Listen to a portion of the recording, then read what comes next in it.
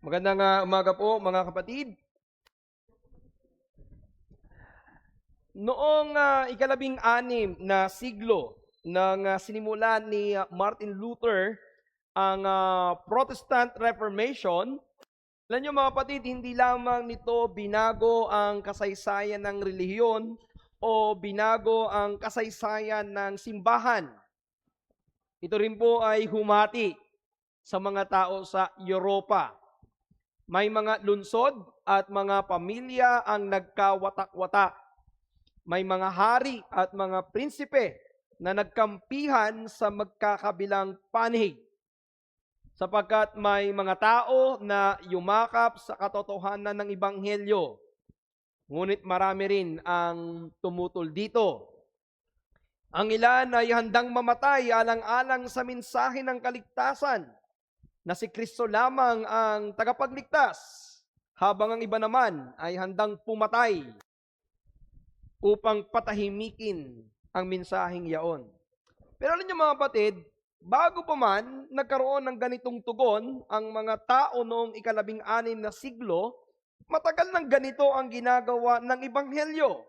Sa panahon pa ng ating Panginoong Jesucristo at sa panahon pa ng mga apostol, ang Ebanghelyo ay tunay na naghahati ng mga tao.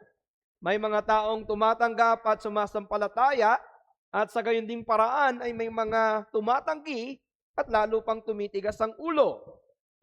Sa ating naging pag-aaral sa Aklat ng Mga Gawa, Kabanatang 13, napag-aralan natin sina Pablo at si Bernabe ay nangaral ng Ebanghelyo, subalit sila ay pinaalis sa Antioquia ng Pisidia dahil sa pagtutol ng mga Hudyo. Bagamat may mga sumampalatayang mga Hudyo at mga Hintil, meron din namang grupo ng mga hindi sumampalataya. At ang mabigat pa dito, itong mga hindi sumampalatayang ito ay nainggit at kanilang tinutulan at sinalungat ang mensaheng ipinangaral ni Pablo at ni Bernabe. At nung hindi nila mapigilan ang ginagawang pangangaral ni na Pablo at Bernabe, gumamit sila ng impluensya.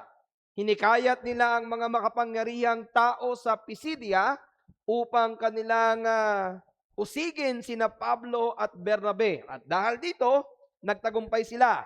Ayon sa atin na pag-aralan ay napalaya sina Pablo at Bernabe sa Pisidia ng Antioch.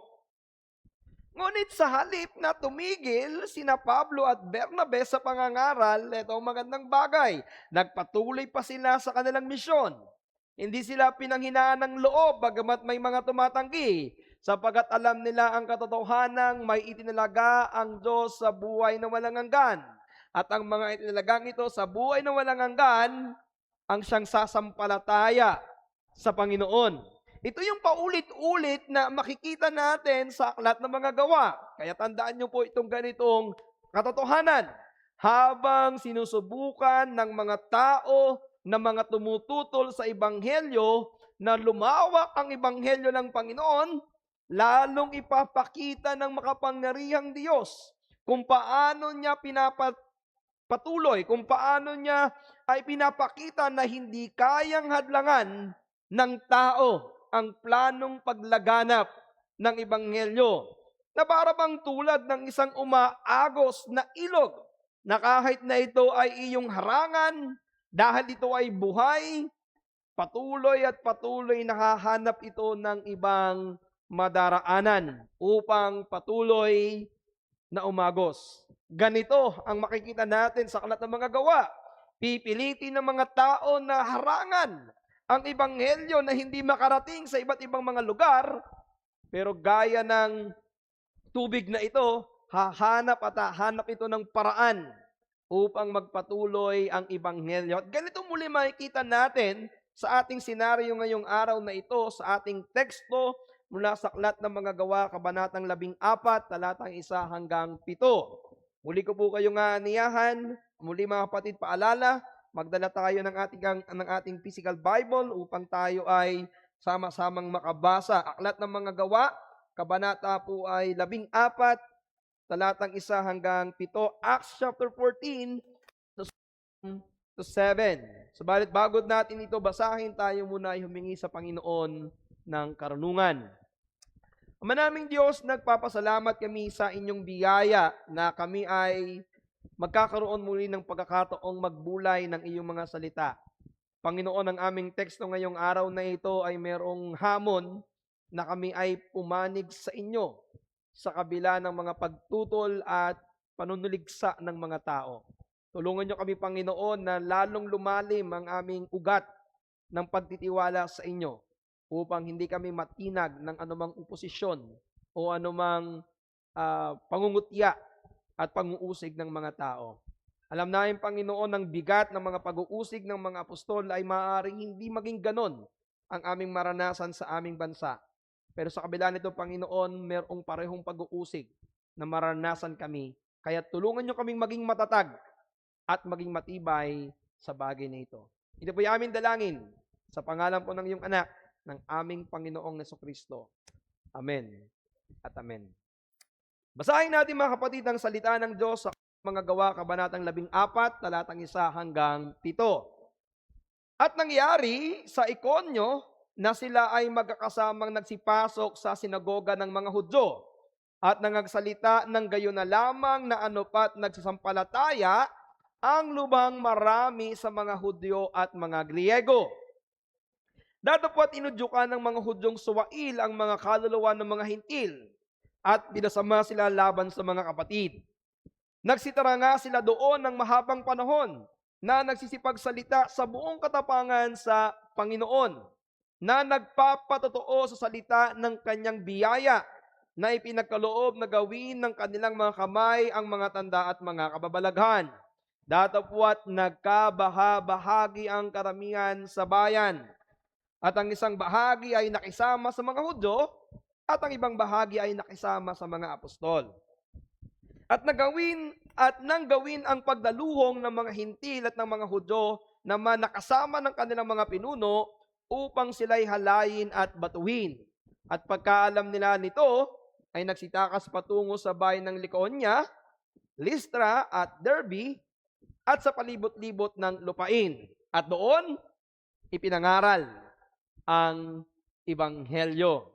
Mga kapatid, binasa po natin ang salita ng Diyos sa Aklat ng mga Gawa, kabanatang 14, talatang 1 hanggang 7. Nawa pagpalain ng Panginoon ng pagbasa at pangangaral ng kanyang hindi mapipigilang salita. Pinamagatan ko po ang ating mensahe ngayong umaga, ang mensaheng naghahati sa mga tao. Ang mensaheng naghahati sa mga tao. Ang Gawa, kabanatang 14, mga kapatid, ay pagpapatuloy ng first missionary journey ni Apostol Pablo at ni Bernabe. Sa Gawa, kabanatang 13, kung ating pong matatandaan, ay pinalayas sina Pablo at Bernabe sa Antioch ng Pisidia, kung kaya sa huling talata po ng chapter 13, sila po ay nagtungo sa Ikonyo. Now, ang Ikonyo po, mga kapatid, ay isang mahalagang lungsod sa rehiyon ng Galacia. Ito yung modern day Turkey. Ito po ay mga nasa 140 kilometers mula po ng Pisidia. Itong lugar na ito ay isang sentro ng kalakalan at kultura. Subalit, tulad po ng lungsod na pinuntahan ni Pablo at Bernabe, dito po sa Ikonyo ay meron ding mga sinagoga ng mga Hudyo, kaya again, doon muling nagsimulang mangaral itong sina Pablo at Bernabe.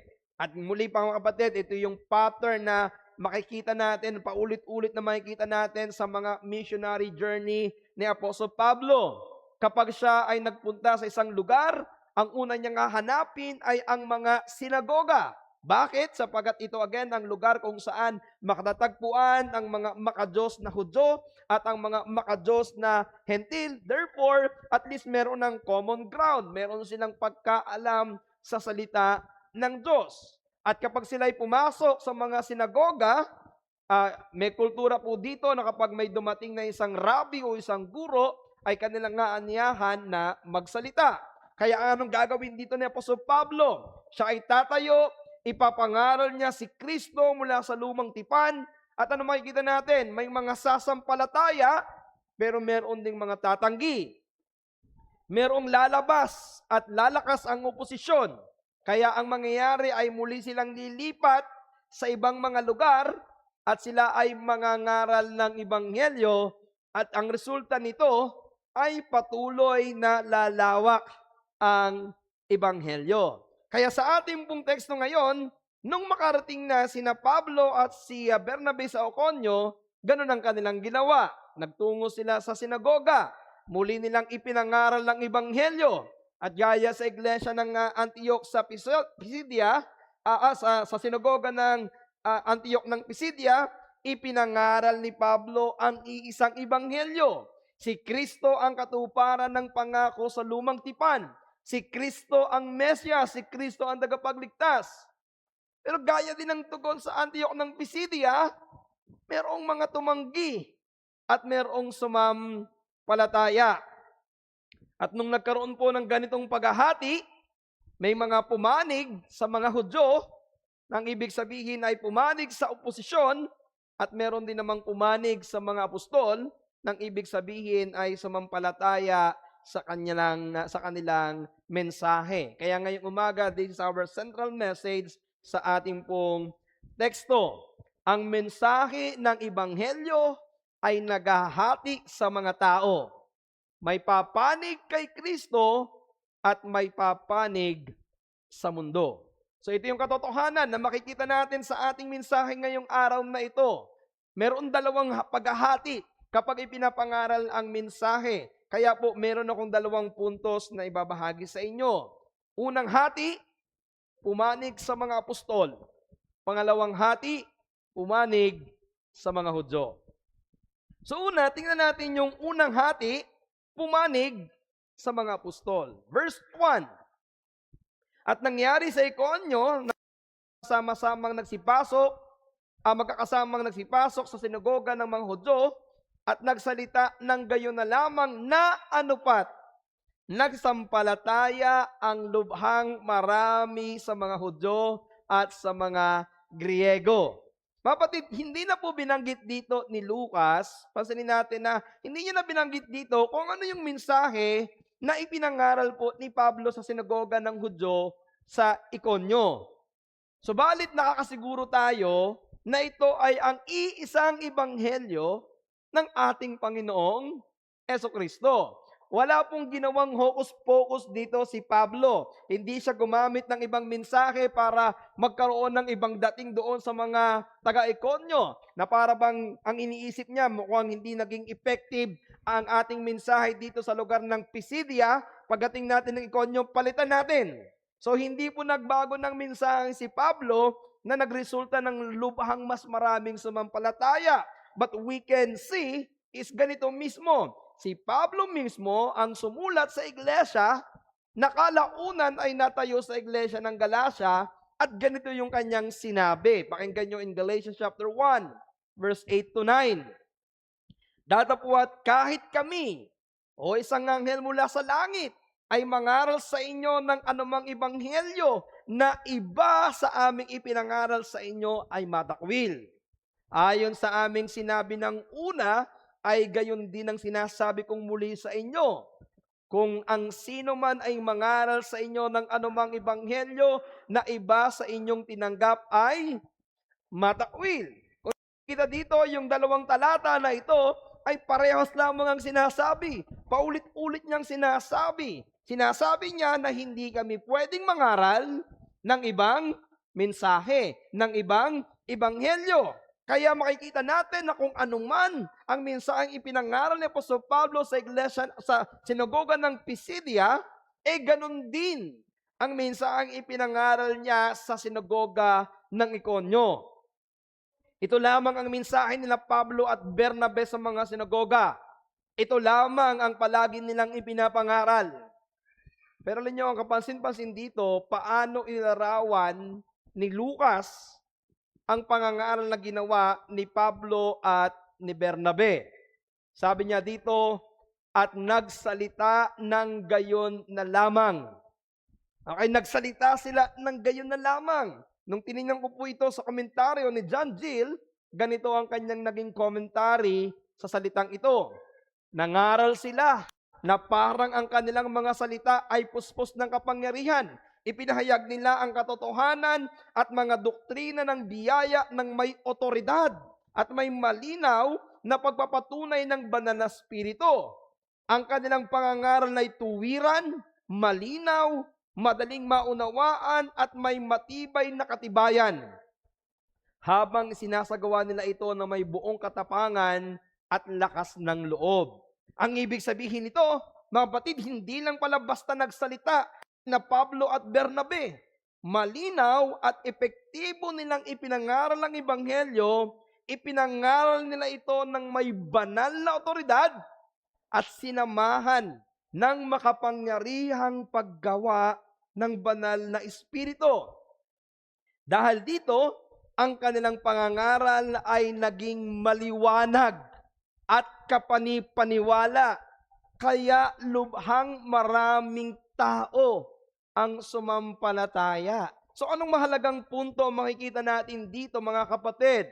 Ang bisa ng pangangaral ay hindi nakasalalay sa husay ng tagapagsalita, kundi sa kapangyarihan ng salita ng Diyos at sa paggawa ng banal na espiritu. Si Pablo din na nagsabi sa 1 Corinthians chapter 2, verse 4 and 5, at ang aking pananalita at ang aking pangangaral ay hindi mapanghikayat na salita ng karunungan, kundi sa pagpapakita ng Espiritu at ng kapangyarihan, upang ang inyong pananalita ay huwag maging karunungan ng tao, kundi sa kapangyarihan ng Diyos. Isang bagay, mga kapatid, na dapat maging maliwanag sa atin, na kapag tayo ay nangangaral, ay hindi tayo tumatayo sa pulpito upang tayo ay mag-display ng ating galing o ng ating talino. Kung tutuusin, hindi natin maitatanggi na itong si Pablo ay may malalim na kaalaman sa kasulatan at napakahusay sa theology. Bilang isang dating Pariseo, masasabi nating bihasa siya sa lumang tipan at may kakayanan siyang mga tuwiran, magpaliwanag. Gayunpaman, hindi niya inilagay ang kanyang pagtitiwala sa talino, edukasyon o husay ng pagsasalita. Ang kanyang pagtitiwala ay nasa kapangyarihan ng banal na espiritu na kumikilos sa pamamagitan ng tapat na pangangaral ng ebanghelyo.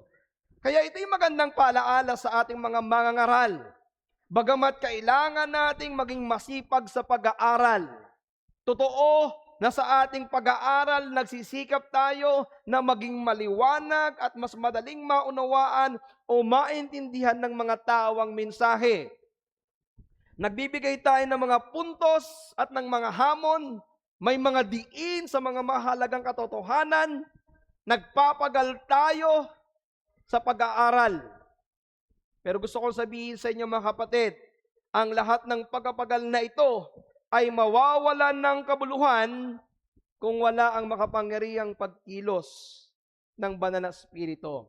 Kaya ang paalaala sa atin bilang mga mangangaral, bago nating aralin kung paano ipapangaral ang mensahe natin sa pulpito, una na nating dapat hinihingi sa panalangin ang makapangyarihang pagkilos ng banal na espiritu.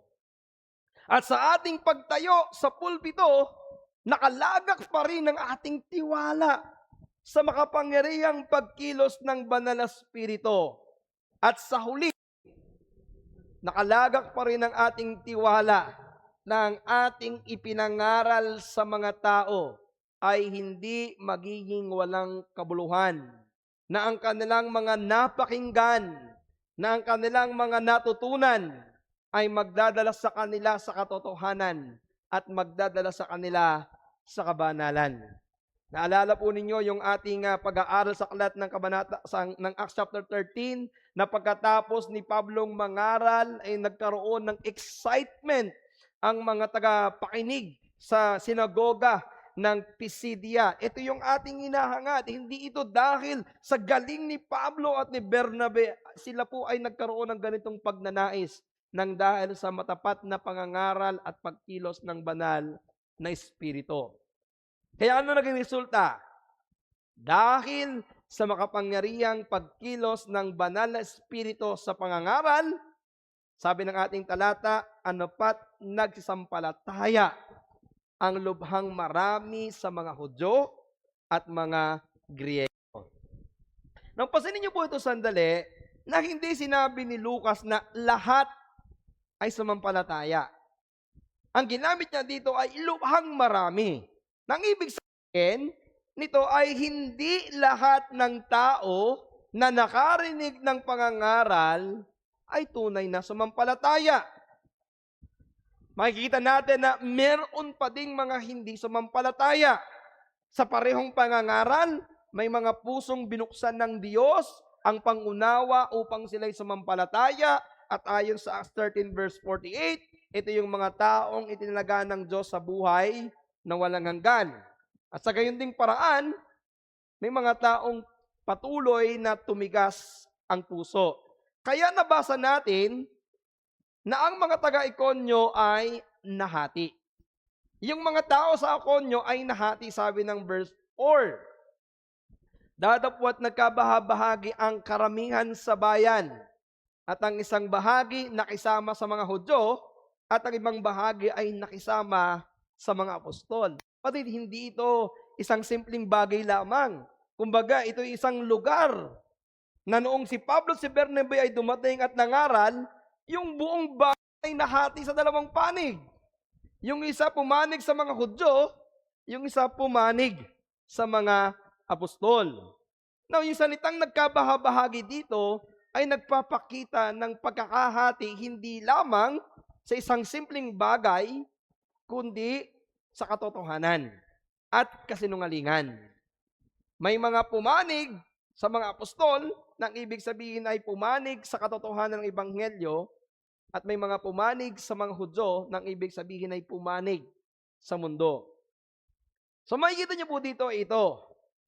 Kapag ang Ebanghelyo ay pinapangaral, walang nakukuhang neutral na tugon.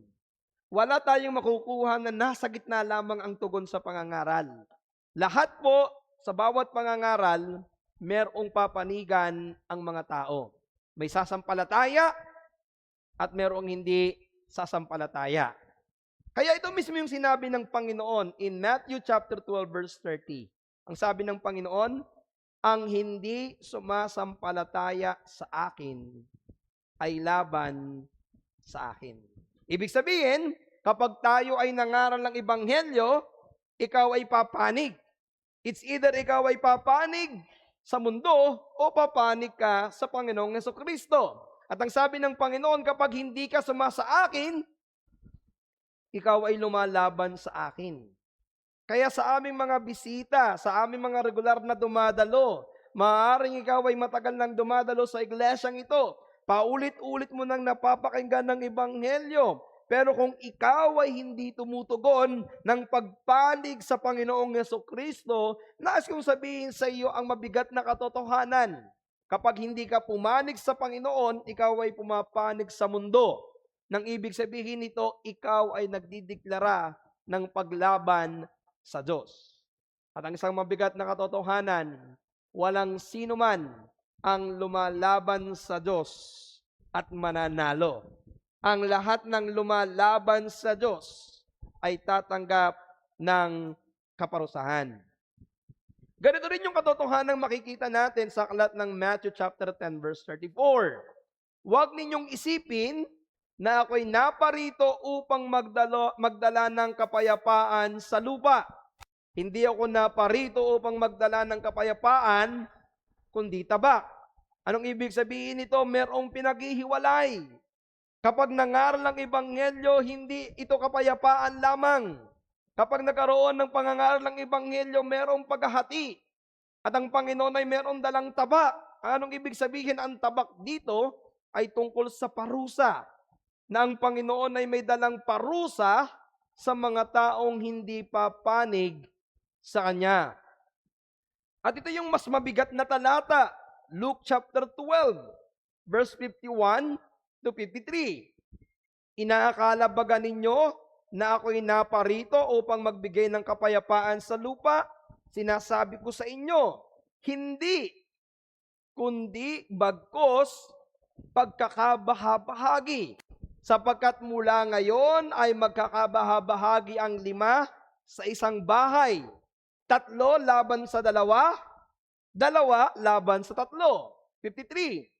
Sila'y magkakabahabahagi. Ang amay laban sa anak na lalaki, at ang anak na lalaki ay laban sa ama. Ang inay laban sa anak na babae, at ang anak na babae ay laban sa kanyang ina. Ang biyanang babae ay laban sa kanyang manugang na babae, at ang manugang na babae ay laban sa kanyang biyanang babae. Teka muna, ano bang ibig sabihin ng talatang ito? Bakit parang laban-laban? Ba't parang gulo-gulo?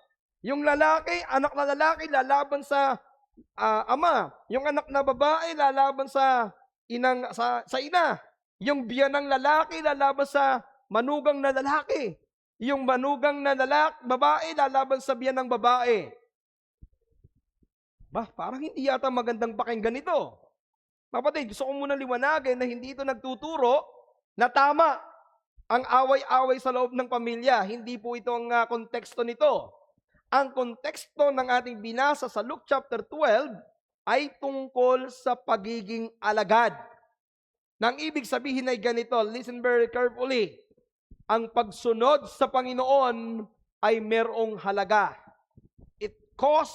There's a cost in following the Lord. At ang pagsunod sa Panginoon ay maaaring magdala ng pagkakahati-hati maging sa loob ng pamilya.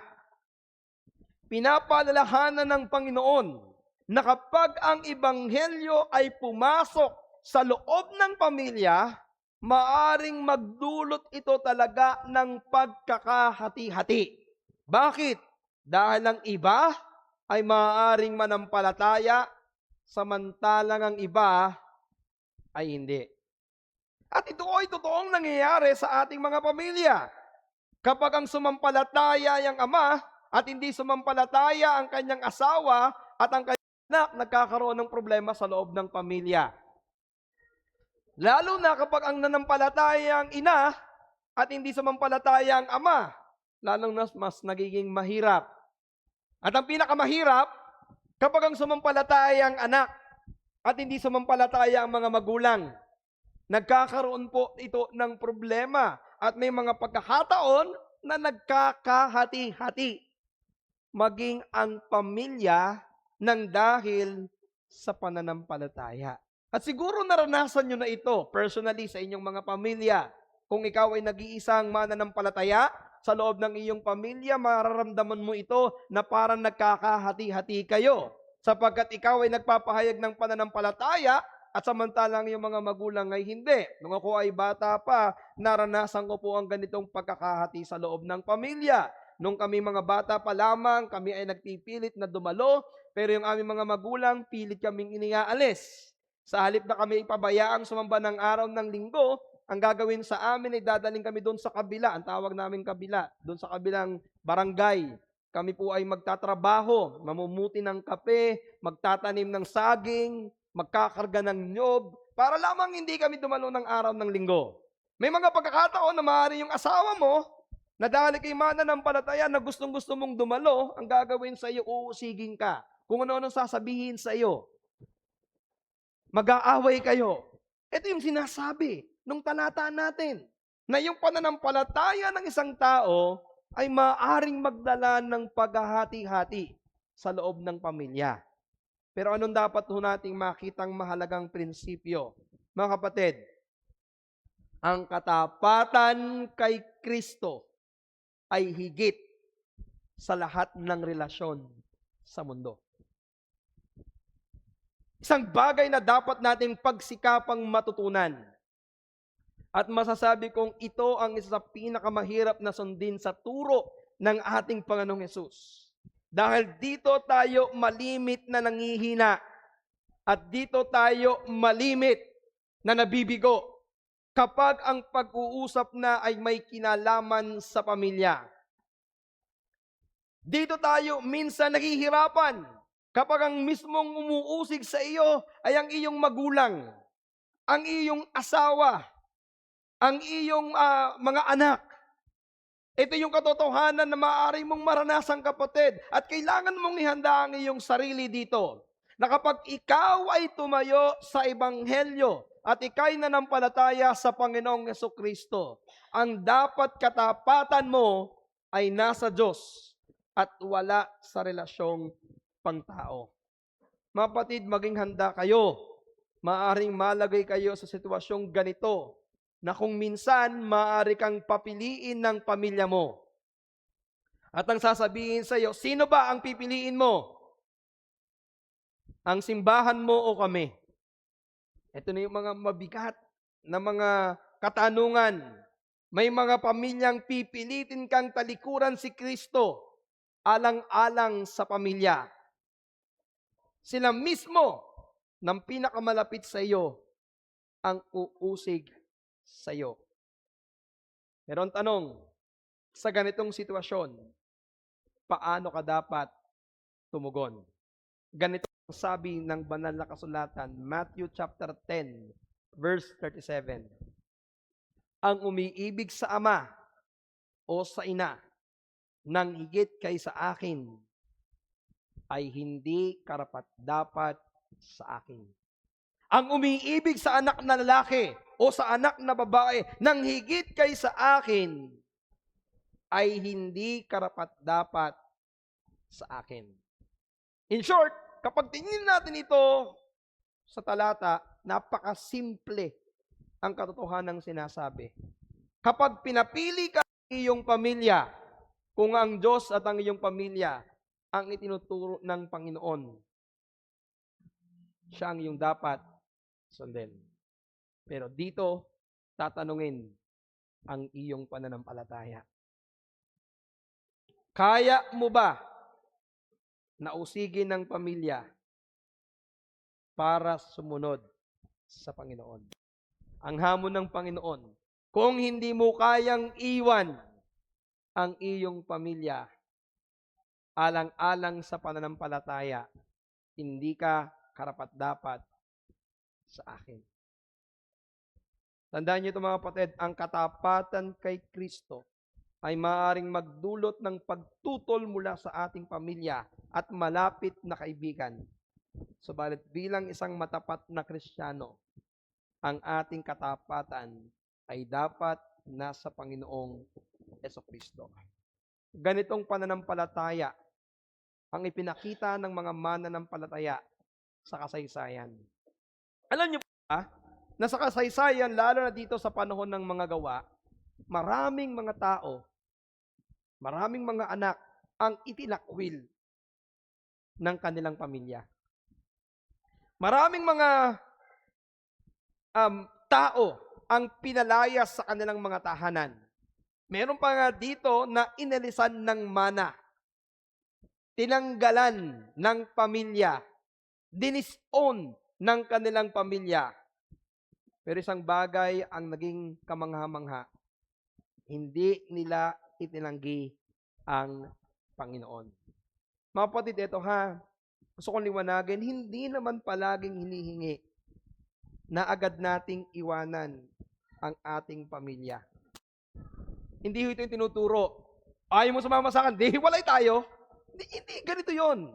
Hindi dahil mayroong pagtutol, hiwalay ka muna.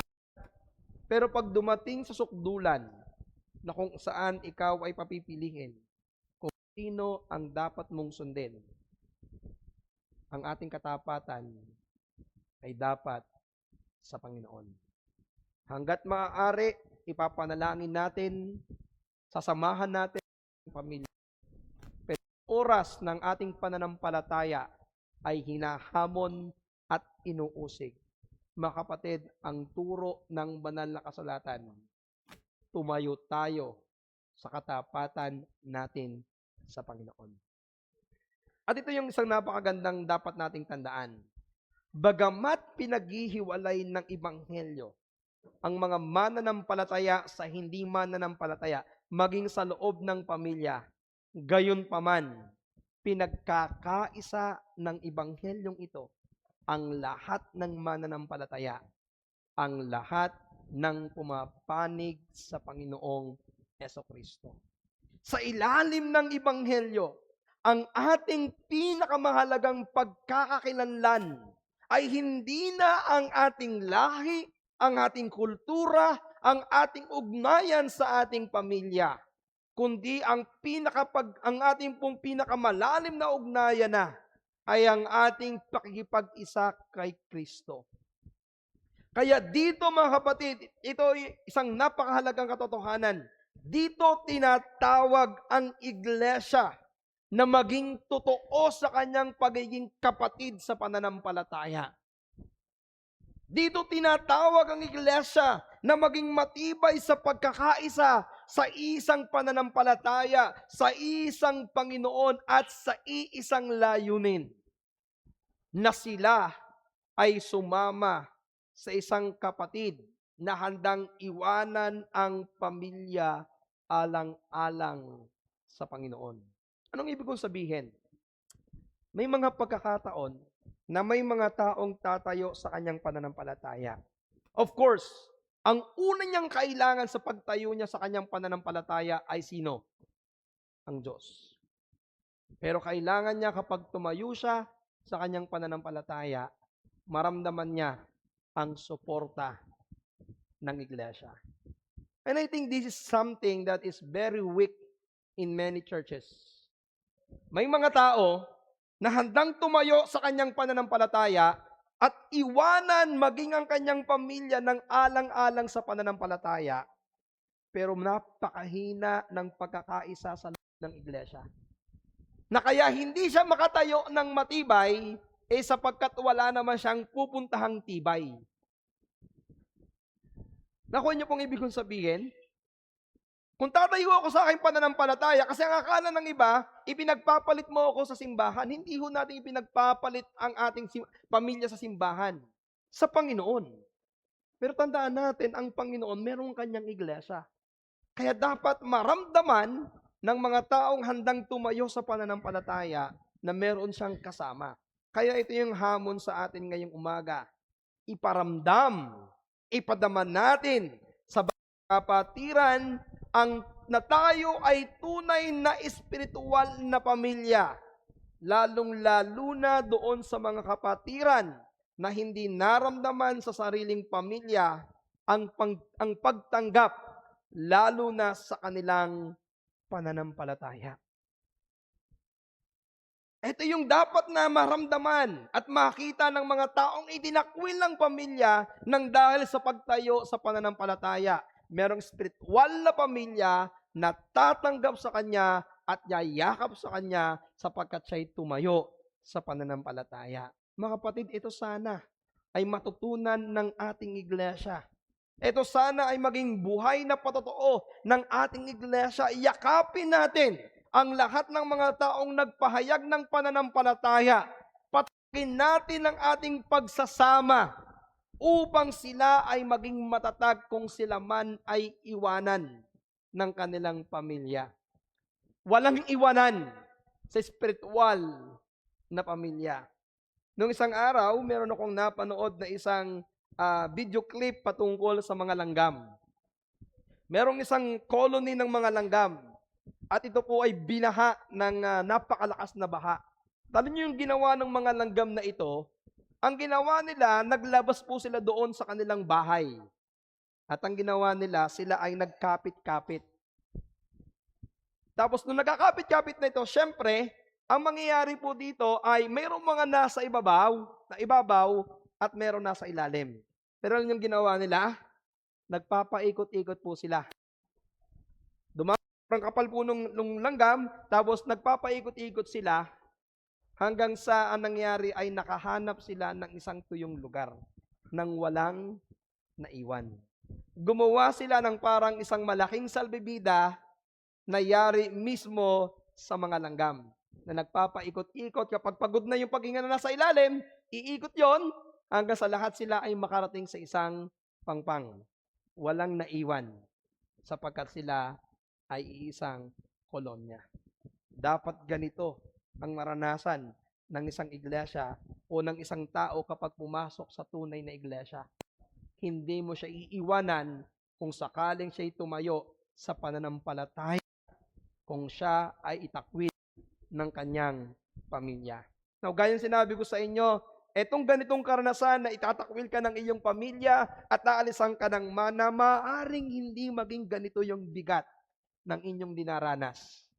Pero sa anumang paraan, nakakasiguro ako na may mga pag-uusig at may mga pangungutya na ginagawa sa atin ang ating pamilya. Saan pupunta ang isang kapatid na ito na tatayo sa kanyang pananampalataya? Una sa Panginoon at sa iglesia ang kanyang kinabibilangan. Kaya tinatawag nito ang kapatiran na magkaroon ng concern sa bawat kalagayan ng mga miyembro ng ating iglesia. At yan po ilalabas sa fellowship. Yan ang lalabas sa panahon na ikinakikipag-usap. Tanungin nyo ang kanilang karanasan sa loob ng kanilang pamilya. At sa panahon ng kanilang kabigatan, maging kaaliwan ang iglesyang kanilang kinabibilangan. Pangalawa, ikalawang hati, pumanig sa mga Hudyo. Verse 2. Datapwat inudyukan ng mga Hudyong Suwail ang mga kaluluwa ng mga hintil at pinasama sila laban sa mga kapatid. Matapos mong sabihin ni Lucas na marami ang mga sumampalataya sa verse 1, pagdating agad ng verse 2, ipinakita niya yung kabilang panig. Meron pong mga hindi sumampalataya. Yung salitang datapwat dito ay nagpapakita ng comparison. Habang ang ilan ay sumasampalataya, ang iba naman ay tigas ang puso. At dito po meron akong exciting na nakita sa talatang 2. Mapapansin niyo po dito, meron ding paglalarawan si Lucas sa mga Hudyo. Kung doon sa verse 1, may paglalarawan si Lucas sa paraan ng pagsasalita ng mga apostol, dito naman sa verse 2, meron pong paglalarawan si Lucas sa naging tugon ng mga Hudyo. Sa wika pong Tagalog, o sasalin natin sa karamihang Tagalog ay ito, mga Hudyong hindi sumang-ayon o mga Hudyong hindi sumampalataya. Pero doon po sa salin na aking ginamit, mga Hudyong Suwail. Sa maraming English translation, gaya po ng ESV at King James Version, ang makikita nyo sa salin dito ay unbelieving Jews. Samantalang sa iba pang mga salin, ito po ay isinalin na Jews who do not believe or Jews who do not, who refuse to believe. Pero bakit kaya ang pagkakasalin sa Tagalog ay suwail? Tandaan nyo po, ang Biblia ay galing sa translation ng American Standard Version. At sa American Standard Version, ang translation ay ganito, Jews that were disobedient. Kaya ang salin po ay mga Hudyong Suwail. At sa akin naging pag-aaral, ito yung mas tamang salin. Why? Sapagkat ang ginamit sa wikang Griego doon sa Jews that were disobedient ay ito. Galing po ito sa Greek word na apitesantes. Galing sa verb na ang ibig sabihin ay apiteo at hindi apisteo. Magkatunog po ano po? Apiteo at apisteo. Anong pinagkaiba para makita po ninyo? Ang salitang apisteo, by the way, yung apisteo at apiteo, kapag isinalin po natin sa Tagalog, pwedeng isalin siya na hindi sumasampalataya. Pero pag ginamit yung Greek word, makikita niyo yung difference ng pagbibigay ng diin. Ganito, sa apisteo, ang diin dito, kawalan ng pananampalataya o pagtanggi na maniwala. Sa apisteo, nakatuon lamang ito doon sa hindi pagtanggap sa katotohanan. For example, Mark chapter 16 verse 11, at sila nang kanilang marinig na siya ay nabubuhay at nakita niya ay hindi nagsisampalataya o hindi mga naniwala. They just don't believe on the truth. In Romans chapter 3 verse 3, sapagkat ano kung ang ilan ay hindi nagsisampalataya. So pag sinabing apisteo, is hindi sila naniwala. Pero pag sinabing apiteo, A-P-I-E-T-H-O, ito ay merong mas malalim na diin. Meron itong mas malalim na kahulugan. Ang diin dito ay ito, pagsuway, bunga, ng hindi pananampalataya. Pareha silang hindi samampalataya, pero yung apiteo, merong mabigat na gagawin. Ito po yung tumutukoy sa isang sinasadyang pagtanggi na hindi sumunod sa katotohanan dahil sa katigasan ng puso. Hindi lamang po ito intelektual na pagtanggi, kundi merong matigas na pagtutol na hindi pagkapasakop. Ipinakita lamang nito ni Lucas na ang kanilang problema is not necessarily lack of information. They were given the information. Alam nila ang kasulatan. Naririnig nila yung pangangaral. Ngunit, sinadya nilang tanggihan ang Mesyas. Ang apisteo o ang apiteo ang ginamit ni Lucas na Greek word sa verse 2. Dahil nais niyang ipakita na ang mga Hudyong yoon ay hindi lamang basta hindi naniwala, sila ay sadyang tumanggi at naging suwail sa Ebanghelyo. Ang kanilang pananampalataya ay nagbunga ng aktibong pagsalungat. Inudyukan nila ang mga hintil at sinira nila ang patotoo ng mga apostol at nakipagsabuatan upang usigin ang mga apostol. So anong ibig sabihin po nito? Anong itinuturo nito? Ang mga taong pumanig sa Hudyo ay hindi nakatanggap o hindi naging neutral sa harap ng Ebanghelyo. Ang hindi nila pananampalataya ay hindi simpleng kakulangan ng ebidensya. Ito ay sinasadyang pag-imagsik sa Diyos.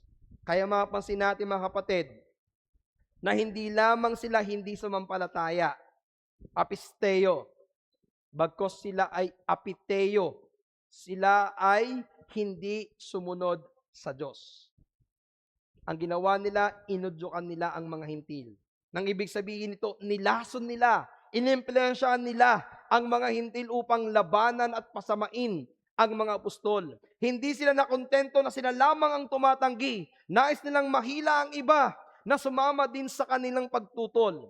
Hindi lamang ang mensahe ang kanilang sinalungat, maging ang mga mangangaral mismo ay kanilang sinaraan. At ito yung karaniwan po na paraan ng mga tumatanggi sa katotohanan. Kapag hindi nila kayang pabulaanan o sirain ang mensahe, sisirain nila ang mensahero. Kung hindi nila kayang sirain ang Ebanghelyo, sisirain nila ang nangangaral ng Ebanghelyo. Kaya yung kanilang apiteo, yung kanilang pagiging suwail, ay umabot sa karahasan. Pansinin niyo yung verse 5. At nang gawin ang pagdaluhong upang sila'y halayin at batuhin.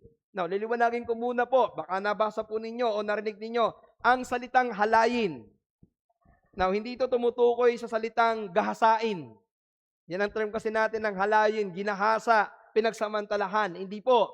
Ang ibig sabihin dito ng halayin sa Tagalog ay pagmamalupit at pag-aabuso. So sila po ay gumawa ng isang grupo para pagmalupitan at abusuhin ng mga apostol at sinabi po dito ay batuhin. Ito naman po ay isang gawa ng pagpatay. Ito ay isang gawa ng pagkuha ng buhay. Kaya ano yung ugat ng kanilang pagtutol? Ito, sa Acts chapter 13 na pag-aral natin, ano yung ugat ng pagtutol ng mga Hudyo sa Pisidia? Inggit. Pero pagdating sa Acts chapter 14, nag-escalate yon.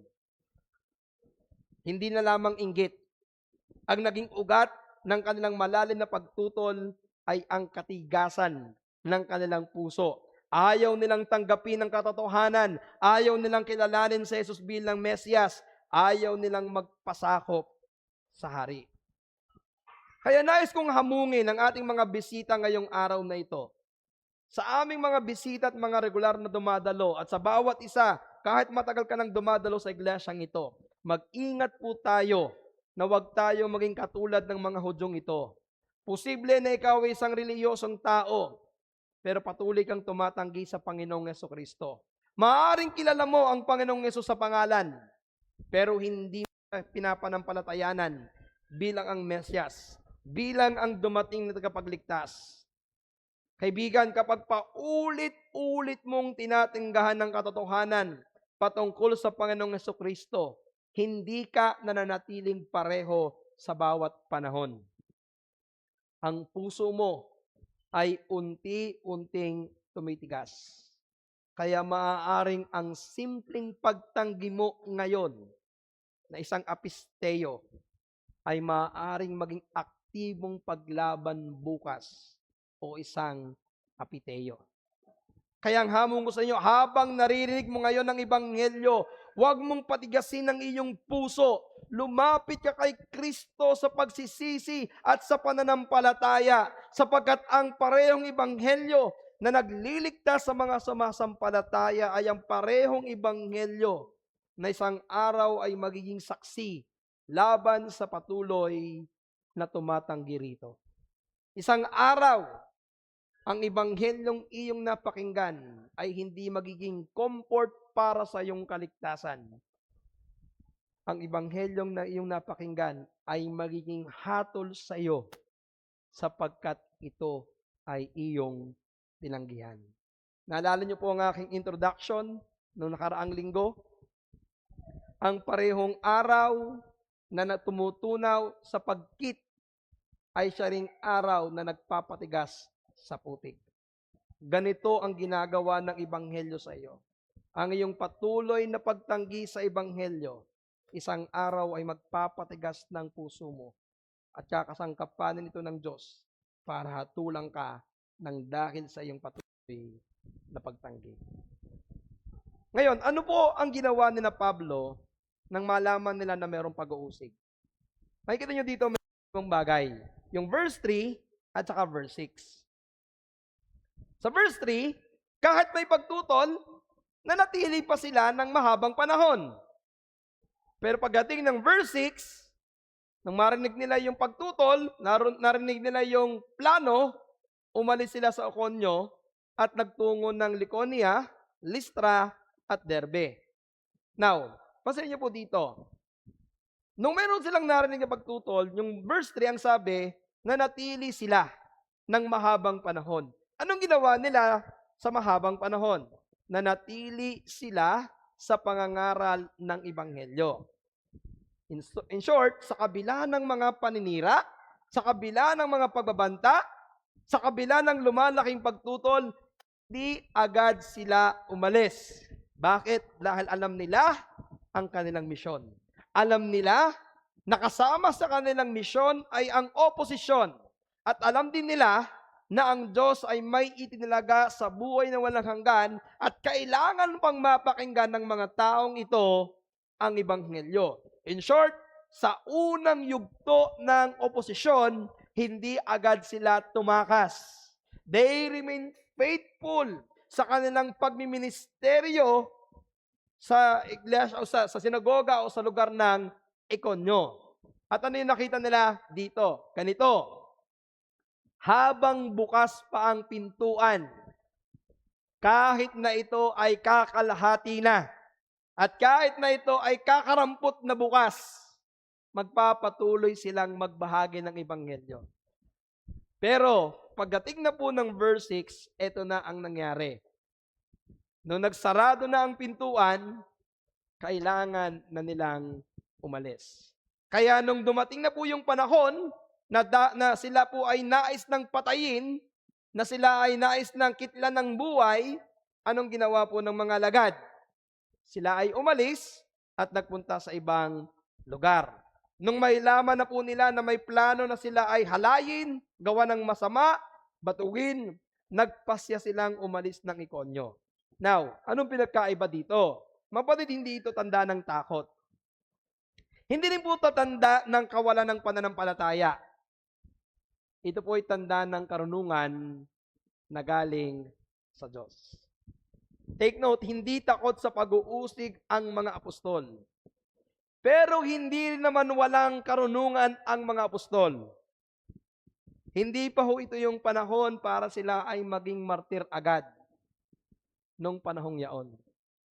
Tanyo, meron akong pinapakinggan, I think si Arthur, nung isang araw, at tinanong siya patungkol kung paano daw ba ang isang tao susunod sa Panginoon kapag ikaw ay pupunta sa ibang lugar na kung saan ipinagbabawal ang ebanghelyo.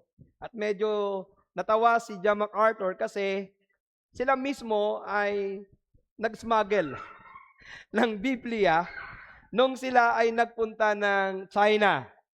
Meron silang mga dalang aklat kasi bawal magdala ng Bible. So nag-smuggle sila mismo. Sabi niya, I did it with my wife, I did it with our children. Sabi, nakukwento mga daw nila, parang ito daw yung isa sa mga adventurous part ng kanilang ministeryo. Na parang yung movie, na ikaw ay meron dalang Bible at ipapasok mo sa isang lugar na bawal. Sabi niya, hindi naman pagsinungaling na ikaw ay magdala ng Biblia. Hindi ito pagsinungaling at hindi ito may tuturing na kasalanan. Pero sabi niya, it is not wise na kapag ikaw ay pupunta ng China na alam mo na bawal ang Biblia, ay pupunta ka doon na nakakilik, or ito paraphrase na lamang, na parang nakakilik at nakalabas na daladala mo ang Biblia. Of course, sabi niya, itinago namin ito. Magkaiba, yung ang gagawin mo ay ipapangalandakan mo na yung bawal ay gagawin mo. May mga bagay na kailangan mong gawin ng matalino para magpatuloy ang ebanghelyo. Now, ganito po ang ginawa ng mga apostol. Hindi sila takot mamatay.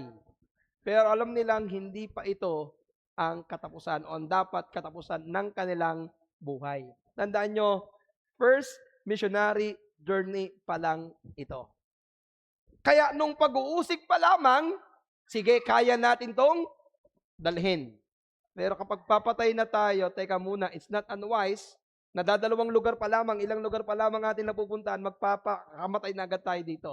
No. Ang sabi nila, sige, tayo ay pumunta sa ibang lugar. So ang kanilang naging plano na ito ay naging plano para maipalaganap pa ng mas malawak ang ebanghelyo. Pinahintulutan sila ng Diyos na sila ay makarating o makaalis ng Ikonyo. Kaya nang magsara ang pintuan ng Ikonyo, marahil gaya ng ginawa nila sa Pisidia, ipinagpag nila ang kanilang mga paa, ang alibok ng kanilang mga paa sa lugar na yon. Kaya anong kanilang ginawa? Sila ay nagpunta sa ibang lugar, hindi para mamahinga, kundi para patuloy na ipangaral ang ebanghelyo. Makikita nyo dito, yung magandang paglalarawan ni Lucas. Hindi sila nagtago sa ibang lugar, hindi niya sinabing doon muna tayo mamamahinga. Ang sinabi ng verse 7, sila ay nangaral ng ebanghelyo. Yan ang puso ng mga apostol. Maaaring magbago ang lugar. Maaaring magbago ang mga nakikinig. At maaaring magbago ang sitwasyon. Maaaring lumakas ang oposisyon. Pero hindi magbabago ang kanilang misyon. Magpapatuloy sila sa pangangaral ng ebanghelyo, mga ngaral ng ebanghelyo. Para katulad po ito ng isang magsasaka. Ang isang magsasaka ay merong determinasyon na magpatubo ng binhi. Kahit na po ang isang magsasaka ay makakita ng isang bukid na matigas ang lupa. At alam niya na dahil ito ay matigas ang lupa, hindi dito tutubo ang binhi. Kaya ang gagawin ng isang masikap na magsasaka, ang gagawin niya po ay maghahanap ng ibang lupa. Hindi dahil hindi tutubo ito sa lupang ito dahil ito yung matigas, ang gagawin mo, susunugin na lang natin ang binhi. Walang kwentang binhi na to, matigas ang lupa. No! Ang isang masipag na magsasaka, kapag hindi pwede sa lupang matigas, hahanap tayo ng lupang malambot. Ganito ang ginawa ng mga apostol. Matigas ang puso ng mga taga-Ikonyo. May mga hindi sumampalataya dito. Kaya ang ginawa nila, humanap sila ng ibang lugar kung saan ang binhi ng salita ng Diyos ay patuloy nilang ipapangaral. Mga kapatid, marami mga Kristiyano ang tila ba madaling sumuko kapag nakakaranas ng pagtutol. Kapag tinanggihan ka ng iyong kaibigan, minsan ka lamang sumubok, ayaw mo na. Kapag pinagtawanan ka sa iyong trabaho at sa iyong paralan, nananahimik ka na lamang. Sana ngayong umagang ito makita nyo ang halimbawa ni Pablo at Bernabe na nagtuturo ng dalawang bagay. Una, huwag tayong umatras agad sa unang pagtutol. Habang may pagkakataong ibinibigay sa atin ng Panginoon, patuloy tayong matapat na mangaral. Ibig sabihin, sa unang pagtutol lamang ng iyong asawa o ng iyong ina o ng iyong kaibigan, huwag ka agad sumuko. Magpatuloy ka sa pagbabahagi sa kanila. Pero pangalawa, kailangan din nating maging marunong. Hindi hinihingi ng Diyos na walang ingat nating ilagay ang ating sarili sa kapahamakan. Ni hindi hinihingi ng Diyos na ang kanyang mabuting balita ay patuloy mong isiksik sa mga taong matigas ang puso. Kapag isinira nila ang kanilang pintuan, ang Diyos ay magbubukas ng ibang pintuan sa ibang lugar. Ang ibig sabihin, ang mga taong matagal mong pinagmiministeryuhan at talagang tahasang tinatalikuran ng katotohanan, hindi mo kailangang manatili sa kanila. Humanap ka ng ibang lugar, ng ibang tao, upang ang mensahe ng Panginoon ay doon mo maipangaral. Ang buhay ni Pablo at Bernabe nagpapaalala sa atin ng misyon ay hindi dapat tumitigil ng dahil sa pag-uusig. Maaari tayong mapaalis, maaari tayong magpalipat-lipat, pero ang pagpapalaganap ng Ebanghelyo ay dapat magpatuloy. Ang salita ng Diyos ay patuloy na uusad hanggang matipon ng Panginoon ang lahat ng kanyang inirang mula sa bawat lugar, sa bawat lipi, at sa bawat bansa. And by way of conclusion, ang Acts chapter 14 verse 1 to 7 ay nagtuturo lamang ng dalawang katotohanan. Una, ang Ebanghelyo ay makapangyarihang nagliligtas. Sa bawat pangangaral natin, meron at merong tatanggap maliligtas dahil meron nang itinalaga ang Diyos sa buhay na walang hanggan. Matitigas ang karamihang puso ng mga taga-Ikonyo. Pero nung nangaral si Pablo, may mga sumampalataya kay Kristo. Pangalawa, ang pagtutol ng tao ay hindi makapipigil sa plano ng Diyos. Maaaring hadlangan ang mga mangangaral, ngunit kailanman hindi mahadlangan ang Ebanghelyo. Ang mga lingkod ng Diyos ay maaaring mapaalis sa isang lugar, ngunit maaaring gamitin ng Panginoon ang mismong pag-uusig na ito upang lalong maikalat ang Ebanghelyo. Kaya ang hamon ko sa atin ngayong umaga, mga kapatid, maaaring tayo man ay nakaranas ng mga pagtanggi, panunuya, pagsalungat ng sa ating pananampalataya, maging mismo sa loob ng ating pamilya. Ngunit ang ating pagtitiwala ay dapat ilagak natin sa soberanong Diyos na namamahala ng kasaysayan. Ang ating tungkulin ay magpatuloy at maging matapat sa pamumuhay at pagbabahagi ng Ebanghelyo. Tulad ni Bernabe at Pablo, huwag tayong tumigil kapag may pagsalungat. Magpatuloy tayo sa katapatan, sapagkat ang kaharian ng Panginoong Kristo ay kailangang patuloy na sumulong. Walang kapangyarihan ng tao na makakapigil sa layunin ng Diyos. Ang bawat mananampalataya ay dapat manatili sa panawagan na magbahagi ng Ebanghelyo. Kaya ngayong umaga, mga kapatid, hinahamon tayo na patuloy nating pagtapatan ang Ebanghelyong ating tinanggap. At ang Ebanghelyong ito ay patuloy nating ibahagi sa iba sa kabila ng posibilidad ng mga pagtutol. Tayo po ay manalangin. Ama naming Diyos, maliwanag sa aming pag-aaral ang mga posibilidad na mangyayari sa panahon ng aming pagmimisyon, sa panahon ng aming pag-aaral. Panginoon, nakikita ko ang mensaheng ito ay mensahe para ihanda ang aming iglesia sa aming plano na magmisyon. Maaring hindi kasing bigat ng mga pag-uusig, ng mga paninira. Maaring hindi sila mag-isip na kami ay patayin sapagkat ito ay labag sa aming konstitusyon.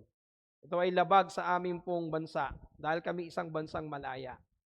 Pero sa kabila nito, Panginoon, may katotohanan kaming kakaharapin kapag kami ay tumuntong sa gawain ng misyon. May tatanggi, subalit meron ding sasampalataya.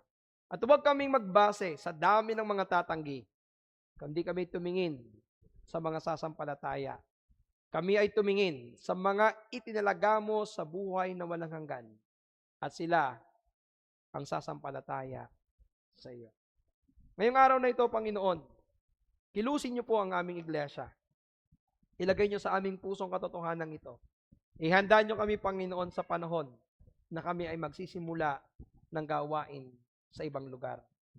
Hindi pa namin alam kung saan, hindi pa namin alam kung papaano, pero mensaheng ito ay maghanda sa amin upang kami hindi panghinaan ng loob, upang kami ay hindi matakot, upang kami ay hindi agad sumuko. Panghawakan namin ang mensahe ngayong araw na ito. Hahatiin ito yung mga tao, pero magsasama-sama ang lahat ng sumampalataya sa iyo. Kaya habang lahat tayo ay nakapikit at nakayuko, kung paano tayo kinausap ng Panginoon ngayong araw na ito sa magitan ng pangangaral, tumugon tayo. Sa aming mga bisita, huwag kang manatiling nasa gitna, sapagkat walang nasa gitnang panig.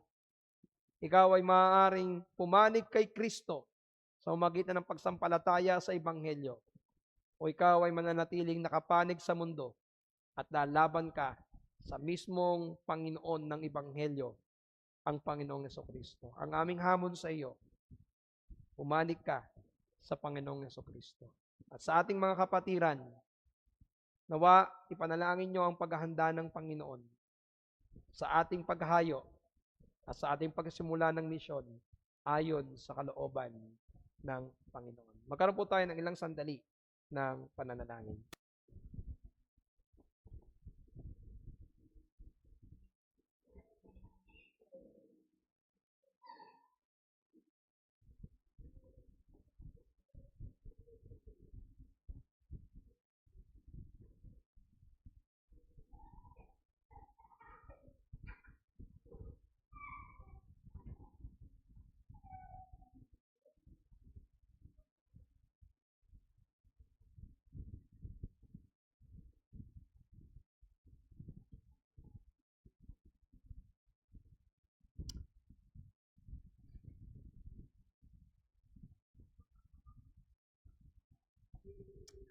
Manaming Diyos, kayo po ang aming niluluwalhati, kayo po ang aming itinataas.